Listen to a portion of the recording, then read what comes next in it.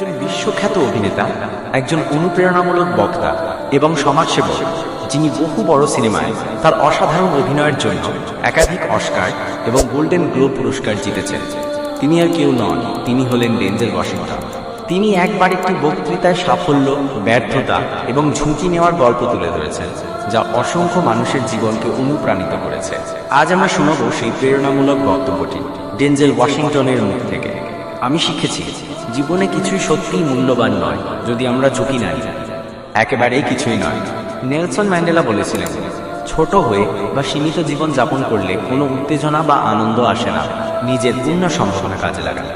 সহজ কথায়, নিজের ক্ষমতার পুরো ব্যবহার না করলে জীবন মজাদার হয় না। বড় স্বপ্ন দেখুন এবং সাহসী হন।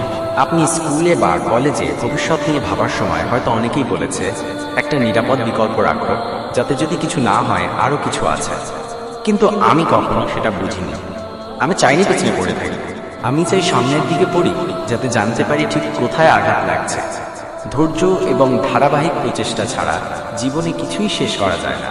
আপনি যা ভালোবাসেন তা করুন, সুযোগ নিন। ব্যর্থতা ভয় পাবেন না। একটি পুরনো পরীক্ষা আছে, 9টি বিন্দুর মধ্যে 5টি লাইন আঁকতে হবে, পেন্সিল কাগজ থেকে তুলে নেওয়া যাবে না। সমাধান বক্সের বাইরে চিন্তা করতে হবে। আমার কথা মনে রাখুন, বড় স্বপ্ন দেখুন, বড়ভাবে ব্যর্থ হবার ভয় পাবেন না। কিন্তু লক্ষ্য ছাড়া স্বপ্ন কেবল স্বপ্ন। রেজি জ্যাকসন বেসবলের ইতিহাসে সর্বাধিক 2600 বার স্ট্রাইক আউট হয়েছে, কিন্তু মানুষ মনে রাখে তার কোন রান। থমাস এডিসন 1000 বার ব্যর্থ হয়েছে, কারণ 1001তম পরীক্ষায় আলো বাতি আবিষ্কার হয়। প্রতিটি ব্যর্থতা আমাদের সাফল্যের আরও কাছে নিয়ে যায়। আপনাকে ঝুঁকি নিতে হবে। হ্যাঁ, জীবনে ব্যর্থতা আসবে, হেরে যাবেন, লজ্জিত হবেন, ভুল করবেন। এটি স্বাভাবিক এবং আমি চাই আপনি এটিকে স্বীকার করুন। এটিই জীবন।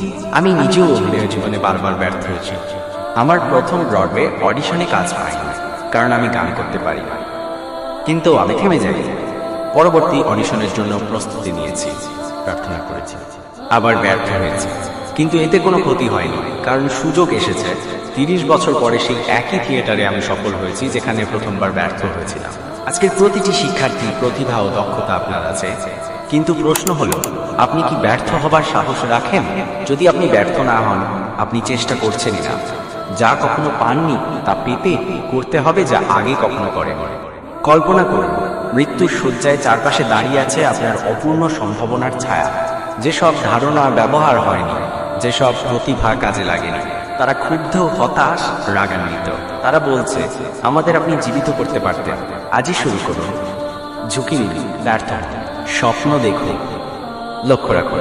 এভাবেই জীবন পরিবর্তন হয়। আমাদের ফেইথ অ্যান্ড হিস্টোরি চ্যানেলটি সাবস্ক্রাইব করে পাশে থাকুন। Thanks for watching.